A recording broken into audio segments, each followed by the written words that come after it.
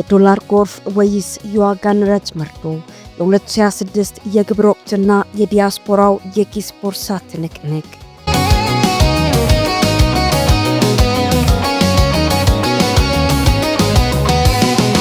የቀን መቁጠሪያው ጃንዋሪ 26 2026ን እያሳየ ነው። በዳላስ፣ በዲሲ፣ በሚኒያፖሊስ፣ በዴንቨር፣ በሲንሲናቲ፣ በፒትስበርግ፣ በኮሎራዶ፣ በፖርትላንድ፣ በሎስ አንጀለስ፣ በሲያትል፣ በኦክላንድ፣ በሱፎልስ፣ በማዲሰን፣ በቺካጎ፣ በኒውዮርክ፣ በሜሪላንድ፣ በቨርጂኒያ፣ በናሽቪል፣ በኦርላንዶ፣ በኢንዲያና እና በአትላንታ የሚኖሩ ኢትዮጵያውያን አይን በተስፋና በስጋት ወደ ፖስታ ሳጥኖቻቸውና ወደ ባንክ ሂሳቦቻቸው ተተክሏል።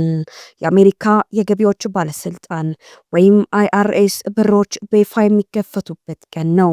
በየዓመቱ የሚመጣው የታክስ ወቅት ዘንድሮ ግን የተለየ መልክ ይዞ መጥቷል። ፕሬዚዳንት ዶናልድ ትራምፕ ባለፈው ታህሳስ ወር በሰጡት መግለጫ 2026 በታሪክ ትልቁ የግብር ተመላሽ ወይም ሪፈንድ የሚታይበት ወቅት ይሆናል ሲሉ ያወጁት አዋጅ በብዙዎች ዘንድ እውነትም ወይስ የፖለቲካ ፕሮፓጋንዳ የሚል ጥያቄ አስነስቶ ነበር። ነገር ግን የፋይናንስ ተንታኞች፣ የሞርጋን ስታንሊ ኢኮኖሚስቶችና የግብር ባለሙያዎች አሁን አንድ ቋንቋ እየተናገሩ ነው። ተዘጋጁ፣ የዶላር ዝናብ ሊዘንብ ነው። ነገር ግን ይህ ዝናብ መሬቱን ያለመልማል ወይስ የዋጋ ንረት ጎርፍ ሆኖ መልሶ ጠራርጎ ይወስድናል? በተለይ በትጋት በሚታወቀውና ከአሜሪካ ጉሮሮ ጋር ግብ ግብ ለገጠመው የኢትዮጵያ ኮሚኒቲ ይህ ምን ማለት ነው?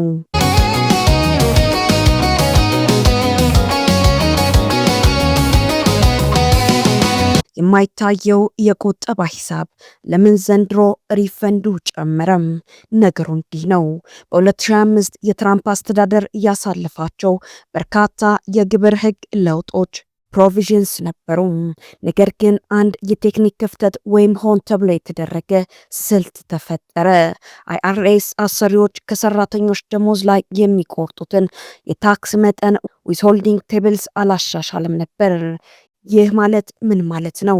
አቶ ከበደ በ2025 ሙሉ በየ2 ሳምንቱ ከደሞዙ ላይ የድሮ ታክስ ነበር ሲቆረጥ የነበረው። በተዘዋዋሪ አቶ ከበደና ሚሊዮን አሜሪካውያን ሳያውቁት ለመንግስት ብድር ሲሰጡ ከርመዋል ማለት ነው። አሁን ሂሳብ የሚወራረድበት ሰዓት ደርሷል።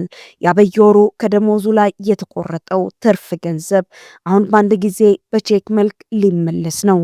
የሞርጋን ስታንሊ ኢኮኖሚስት ሄዘር በርገር በአማካይ የዘንድሮ ሪፈንድ ከ15% እስከ 20% ጭማሪ ይኖረዋል ሲሉ ተንብየዋል። በ2025 አማካይ ሪፈንድ $3052 እንደነበር ልብ ይሏል። ዘንድሮ ይህ ቁጥር ወደ ላይ ተተኩሷል።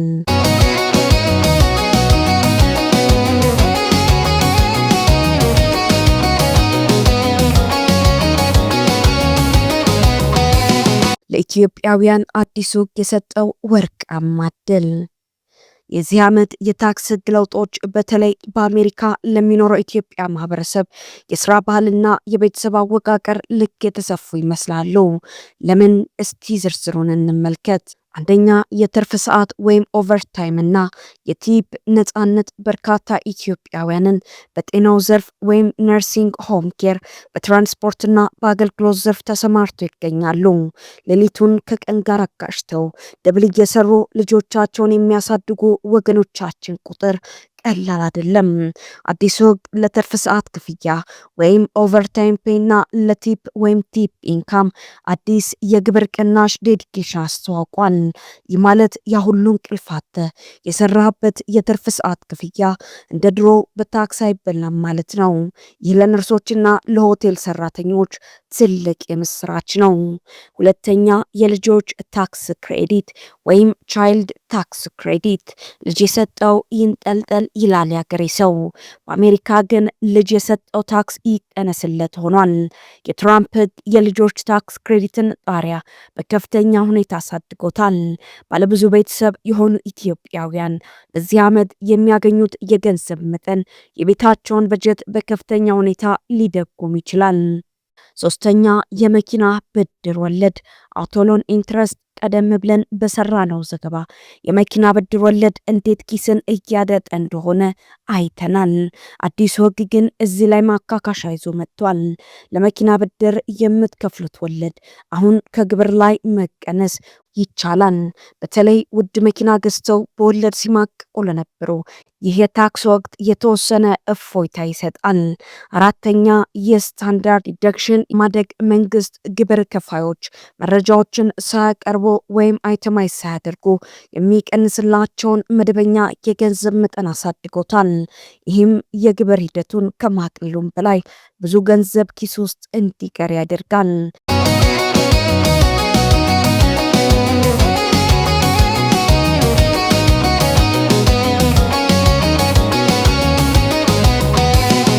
የደስታው መርፌና የኢኮኖሚ ውብጠት።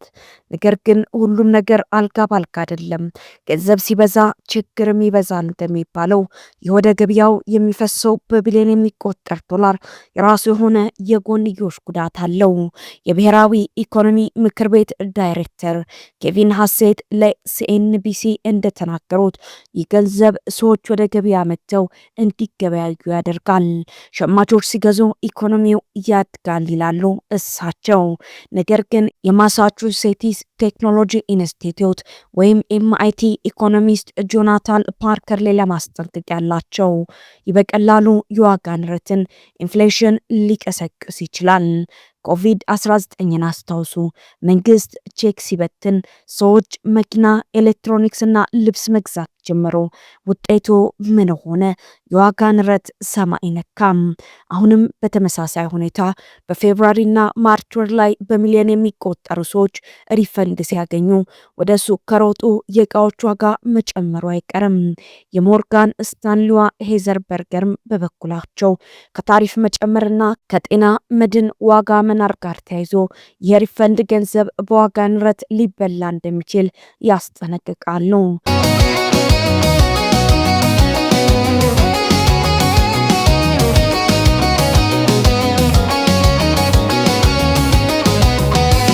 ዲያስፖራው ምን ይወስናል?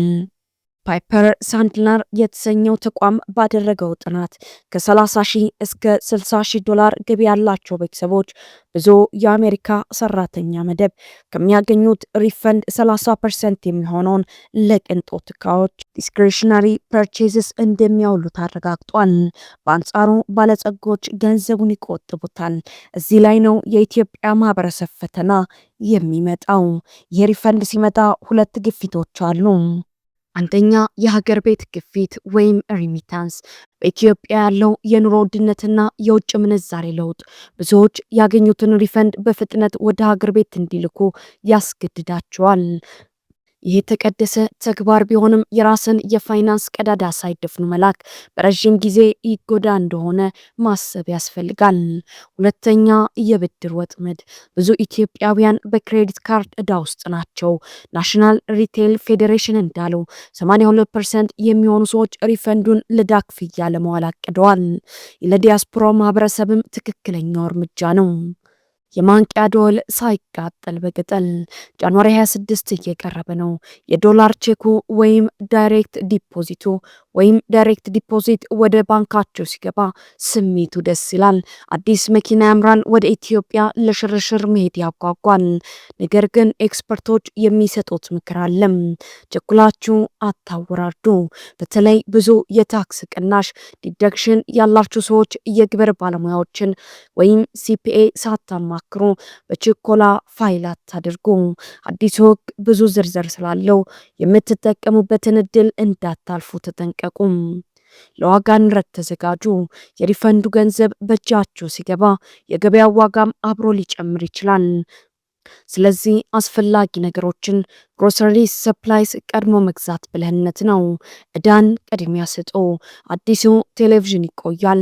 አዲሱ ሶፋ ይደርሳል። በ24% ወለድ እየቆረጠ ያለውን የክሬዲት ካርድ ዕዳ መዝጋት ግን ከምንም በላይ ቅድሚያ ሊሰጠው ይገባል። በመጨረሻም 2026 የታሪክ ትልቁ ሪፈንድ ዓመት እንደሚሆን ተተንብዮአል። ለኢትዮጵያ አሜሪካውያን ቤተሰቦች ትልቅ እፎይታ ነው። ነገር ግን ገንዘቡ እንደ ጎርፍ መጥቶ እንደ ጎርፍ እንዳይሄድ የጠቢባን እቅድ ያስፈልጋል። የዶላር ዝናቡን ወደ ዘላቂ የፋይናንስ እርሻ መቀየር የየግለሰቡ የቤት ስራ ነው። መልካም የታክስ ወቅት